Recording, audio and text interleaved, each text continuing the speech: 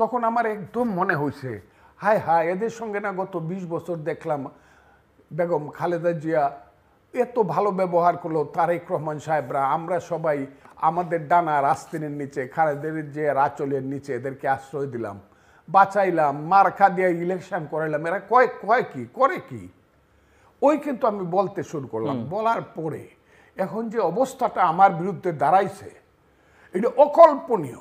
একটা মানুষকে একটা দল এইভাবে আক্রমণ করতে পারে এবং কিভাবে আমার বিরুদ্ধে আক্রমণ করা হয়, এটা বলে শেষ করা যাবে না। আমি কেন বলি কথাটা, আমি যেটা দেখেছি, দেখেন, আমি নিজে মুক্তিযুদ্ধ করেছি। আমি এমন একটা জেলায় মুক্তিযোদ্ধা কমান্ডার ছিলাম, সেই জেলায় 2 জন বিখ্যাত লোক ছিলেন যারা দালাল হয়ে গেছিলেন, কঠিন বিরোধী ছিলেন মুক্তিযুদ্ধের, যদিও তাদেরকে আমি অনেক শ্রদ্ধা করি। একজনের নাম নেজাম ইসলাম, পাকিস্তান নেজাম ইসলামের প্রতিষ্ঠাতা মৌলানা আতহার আলী। আরেকজনের নাম সুলাইক্যার মাঠের ইমাম এবং পিডিপির সিনিয়র ভাইস প্রেসিডেন্ট নুরুল আমিনের পরেই যার নাম ছিল, তার নাম ছিল সৈয়দ মৌলানা মুসলিউদ্দিন। এই 2 জন দালাল হয়ে গেল, অ্যারেস্ট হয়ে গেলেন তারা। আরো মুসলিম লীগের বড় বড় নেতা অ্যারেস্ট হয়েছে, তাদের নাম বললাম, কিন্তু তারা হলো জাতীয় নেতা। 2 জনই মৌলানা, এত বড় মৌলানা। মৌলানা আতহার আলী সাহেব প্রথমে বোতলে ফু দিত পানি খাওয়ার জন্য, রোগ ভালো হয়ে যেত, মানুষ মনে করতো। পরে মানুষ এমনভাবে আসতে শুরু করলো, পরে একটা বড় একটা ট্যাঙ্কি বানাইলো। ট্যাঙ্কি বানায় শুক্রবারে এটার মধ্যে ফু দিয়া দিত, 100 টাকা পানিও থাকতো না, সব বোতল দিয়া নিয়ে নিত ওই পীর সাহেবের। হাজার হাজার মুরিদ ছিল মৌলানা, উনি অ্যারেস্ট হয়ে গেলেন। আমি একদিন দাঁড়ায় আছি দোতলার উপরে মুবারক রেস্টুরেন্টে, কিশোরগঞ্জের মানুষ বুঝবে, তখন দেখলাম রাজাকারদের মিছিল নিয়ে যাইতেছে, মুক্তিযোদ্ধা সহ পুলিশ টুলিশ যতটুক ছিল, তারা কি এদেরকে দিয়া রেল লাইনের ইট ভাঙ্গাইব। কারণ কিশোরগঞ্জ থেকে বৈরব পর্যন্ত রেল লাইনের একটা কণাও ছিল না, সব তুলে ফেলছিল মুক্তিযোদ্ধারা। এখন নতুন করে রেল লাইন বসাইব, প্রথমে ইট বসাইব, সেইখানে মৌলানা আতহার আলী এবং মৌলানা মুসলিউদ্দিন সাহেবকে নিয়ে যাচ্ছে। আমার কলজাটা চক করে উঠলো, ধক মেরে উঠলো, কয় কি চিরিক করে উঠলো। মৌলানা আতহার আলী সাহেব মুসলিউদ্দিন সাহেব ইট ভাঙ্গানোর জন্য নিয়ে যাচ্ছে, কথাটা খুব বোঝার চেষ্টা করে। আমি পরদিন কিশোরগঞ্জ সদরের এমপি ছিল, মোস্ট পাওয়ারফুল জেলা আওয়ামী লীগের সভাপতি, মুসলমানদের মধ্যে কিশোরগঞ্জে প্রথম উকিল, তার নাম সাত্তার উকিল, সৈয়দ নজরুল ইসলামের বন্ধু। তার কাছে গেলাম, গিয়ে বললাম, স্যার একটা কথা স্যার বলি, অন্ত মৌলানা মুসলিউদ্দিন সাহেব আতহার আলী সাহেবরে ইট ভাঙ্গাতে নিয়েন না। বিশ্বাস করেন, আমরা অনেকেই গেলাম, আমি এখন আমার বন্ধুদের অনেকের নাম বলতে পারি, বললাম না, আমরা মুক্তিযোদ্ধারা গিয়ে বললাম, অন্ত এই 2 জন ইট ভাঙ্গাইতে যাতে না নেয়, পুলিশ এর ব্যবস্থা করে। এবং এর পর দিন থেকে ওখানে নিলে কি মেরে ফেলা হতো? হ্যাঁ, না মেরে ফেলা হতো না, তার তো মুরব্বী মানুষ। না, ওই যে ইট ভাঙ্গা নিয়ে কি করতো, নিতে না করলেন কেন আপনি? নিতে না করলাম, তাদের মতো মানুষ 70, 72, 80 বছরের বৃদ্ধ, তারা এত সম্মানিত মানুষ, যাদের হাজার হাজার মুরিদ আছে, এত লেখাপড়া জানা, এত যাদেরকে আমরা হুজুর বলে পায়ে সালাম। ওখানে নিয়ে কি করা হতো যেখানে আপনি নিতে না করছেন? ওখানে গিয়ে ইট ভাঙানো হতো তাদেরকে। ও, ইট ভাঙানো হতো তাদেরকে ইট ভাঙানো হতো। আচ্ছা, ওই রেল লাইনের টানানো হতো, শিক টানানো হতো। না করলাম। এরপরে কত বড় বড় দালাল ছিল, কেউ কি বলতে পারবে? ফজলুর রহমান বা আমি তো কমান্ডার ছিলাম, আরো অনেকেই ছিল, আমাদেরই তো পাওয়ার ছিল, যারা আওয়ামী লীগের ছাত্রলীগ ছিলাম। অন্যরা যারা সাধারণ মুক্তিযোদ্ধা যুদ্ধ করছে তাদের সম্মান ছিল, কিন্তু আমার মতো পাওয়ার তো তাদের ছিল না। পাওয়ার তো আমার ছিল, আমি কমান্ডার ছিলাম, আমি আওয়ামী লীগ করতাম, ছাত্রলীগের ঢাকা বিশ্ববিদ্যালয়ের নেতা, ছাত্রলীগের এক্স সেক্রেটারি, প্রেসিডেন্ট, আমাদের ছিল পাওয়ার। বলতে তো পারবে না যে বলছি একটা বাড়িতে একটু আগুন দে।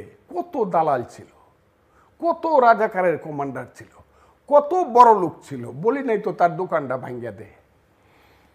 দেখা গেছে দালাল জেলখানা গেছে, তার যে ছেলেটা উনি ব্যবসা করতেছে। কিন্তু আজকের যে প্রেক্ষাপট, কই মৌলানা আতহার আলীর বাড়ি যেটা ছিল ওইটা তো আমরা পুরি নাই, ওনার বাড়িটা তখনও 2 তলা বাড়ি ছিল, সুন্দর সোনালী ব্যাংক ছিল ওই বাড়িতে। আমি তো মৌলানা আতহার আলী সাহেবের বাড়ি, মৌলানা মুসলিউদ্দিন সাহেবের বাড়ি তো পুড়িয়ে দেই নাই, আমরা তো বুলডুজার দিয়ে ভাঙ্গিয়ে দেই নাই। আজকে এমন একটা অবস্থা হয়ে গেছে দেশটার মধ্যে, এখন এই যে ডাকাতের দল ভাই রয়েছে মবের নামে, একটা বাড়িতে যাচ্ছে, কালকে আমার চোখের পানি এসে গেল, গুলশানে দেখলাম সত্যতা লেশ মাত্র নাই। সেই বাড়িটাতে গিয়া লক্ষ কোটি টাকার সম্পদ লুট করলো, রাত্র 3টার সময় মানুষের অবস্থা কি হয় আমি জানি না। আমি এটাও জানি না যে এই দেশে, হ্যাঁ, শেখ হাসিনা সরকারের বিচার হবে, কঠিন বিচার হবে, নির্দিষ্ট আইনের মাধ্যমে বিচার হবে। সেই বিচারে যদি তার ফাঁসি হয়, কি ফাঁসি হতে পারে? প্রসিকিউশন, প্রথমে এফআইআর, চার্জশিট, প্রসিকিউশন, বিচার, এভিডেন্স বিচার। সেই বিচারে ট্রাইব্যুনাল তাদের ফাঁসি দিলে নিশ্চিতভাবে বলবো আইনের বিচার হয়েছে। কিন্তু এইটা তো কোনোদিন বলি নাই। 72 সনে, 72 সনেও তো দালাল আইন ছিল। এসআর পাল ছিল সেই প্রসিকিউটর, ভারতবর্ষের শ্রেষ্ঠ আইনজীবীদের একজন এসআর পাল, সবিতা রঞ্জন পাল। ফকির শাহাবুদ্দিন ছিলেন সেকেন্ড প্রসিকিউটর, থার্ড প্রসিকিউটর ছিল খোকার মাহবুব হুসেনের মতো উকিলেরা। কেউ তো বলে নাই অমুককে ফাঁসিতে লটকায় দাও। খাজা খয়রুদ্দিনের যতদিন ফাঁসি না হয়েছে, গোলাম আজমের যতদিন ফাঁসি না হয়েছে, যতদিন লটকাইতে না পারছে, এগুলো তো কেউ বলে নাই। বিচার বিচার আইন মতো হবে। বাট ওই যে গণজাগরণ মঞ্চের সময় থেকেই ফাঁসি চাইয়ের বিষয়টা শুরু হয়েছে এবং যেটা আজকে পর্যন্ত এসে, গণজাগরণের মঞ্চের যে ব্যাপারটা, জি, সেই মঞ্চের ব্যাপারটা শুরু হইল কবে? এটা কিন্তু 72 সনে না, না, তো অনেক পরে। এই যে যুদ্ধাপরাধীদের বিচারের সময়, সেই রাম নাই, সেই অযোধ্যা নাই, সেই বঙ্গবন্ধু শেখ মুজিব, তাজউদ্দিন, সৈয়দ নজরুল, উসমানীরা নাই। মুক্তিযোদ্ধারা তখন বৃদ্ধ 8 সন 9 সন, অর্থাৎ মুক্তিযুদ্ধের প্রায় 13-14 সালে, হ্যাঁ, 40 বছর পরে।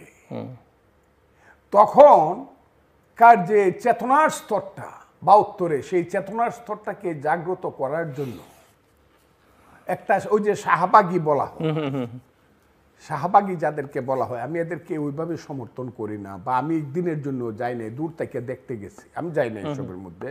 ওই যে আজকে পিনাকি বাবুরা যে খুব বড় বড় কথা বলে, ওনারা এটার উৎসাহী পার্টিসিপেন্ট ছিলেন, আমি যাই নাই কোনোদিন। আমি বললাম আমাকে কেউ কোনোদিন দেখে, আবার বিরোধিতা করে নেয়, আমি যাই নাই। কিন্তু